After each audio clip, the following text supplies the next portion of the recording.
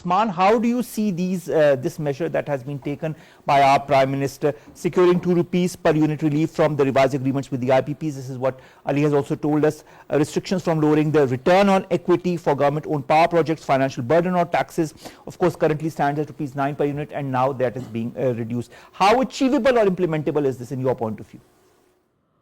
It is entirely implementable. It is something that is very necessary to do. The return on equity that was offered in a state of mind that was, or a global risk profile that was very, very different. And you can certainly have a very reasonable return on equity. First of all, the premium on Pakistan should not really be that high if you look at global drivers of energy demand. So I think that this has to be done. I think these reforms are a long time coming. They reflect a change in how the world has evolved in terms of demographics and energy. So I think this is a very good step being taken. During a recent cabinet meeting, our Prime Minister has shared the progress of the task force on the structural reforms as far as the power sector is concerned. He praised their successful negotiation to amend contracts with the major power companies. We've all seen that and seen the effects of that as well. What more, in your point of view, needs to be done as far as the structural reforms in the power sector is concerned? Yes, well, the important thing is to pursue this to its logical conclusion. This work is in progress, and the fundamental goal is that you want to reduce the circular debt crisis and to take a decisive position. When a nation takes a decisive position on anything, then it is no longer a lingering crisis for them. The Americans, if they really wanted to fix healthcare, they would. Similarly, if Pakistan really wanted to fix energy, it could and it shall. And so the task force is demonstrating that there has been work done. This will ease our fiscal deficit issues.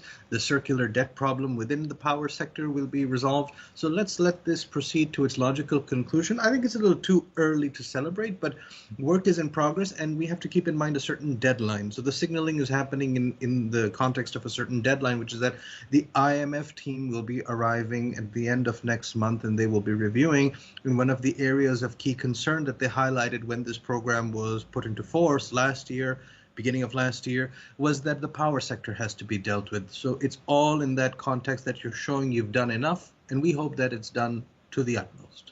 Objectives have been outlined as far as the World Bank team is concerned to discuss the WBG review for the techno-economic studies conducted by USAID, to discuss with the EAD and the Ministry for Energy the request received from the EAD for conducting this feasibility study, then understanding the status of a government request for the support and coordinate the nomination of the focal point and members as far as the implementation unit from NDTC is concerned, and finally developing a work plan and see what the next steps are going to be as far as advancing for the preparation of this project is concerned. How, again, a question, very layman question, but how quickly can we implement these objectives here? It's not that difficult to do it in a timely manner, but the real question is why this is being done with foreign consultants. You see, in Pakistan, we've had this donor culture for decades, and what it means is that they do give you billions. So 20 billion is not coming in one go, it's coming over 10 years, so it's 2 billion per year. It's not a big number per year. And a lot of that doesn't actually go into Pakistan. It goes to consultants and other people like that who may or may not be Pakistani. We do have the indigenous capacity to do this kind of work. And we do have the indigenous capacity to muster the resources. That's where these reforms come in.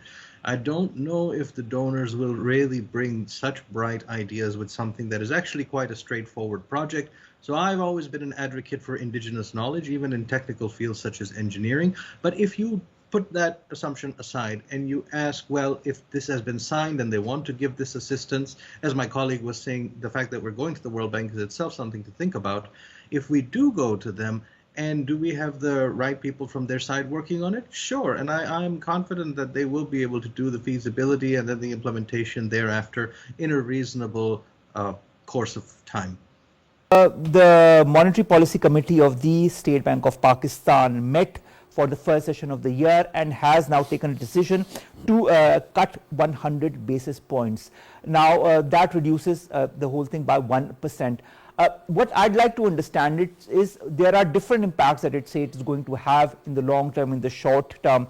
But before we go to that, what are the market expectations and how is the market going to react or has reacted to it? Good question. The market was a little bit shaky over the last 48 hours because they were just debating, the market was speculating on the size of the cut. I think it was pretty obvious that a cut would happen, but the magnitude of the cut.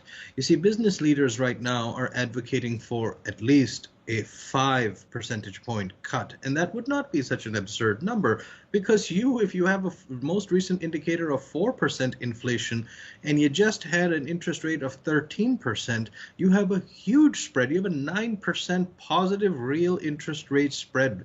And that is really extortionary. So business leaders are arguing for a 5% cut. What they got instead was a 1% cut. So you're at 12%, and yet inflation numbers are just 4% on a monthly reading.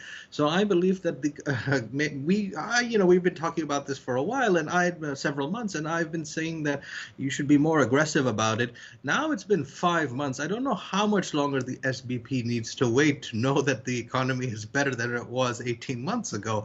You should actually cut it down and start stimulating the demand and get the business activity going within the framework you have agreed with the IMF for austerity. But you can't have austerity and then also conservatism at the same time, because really we've moved into a different phase of the macroeconomic cycle.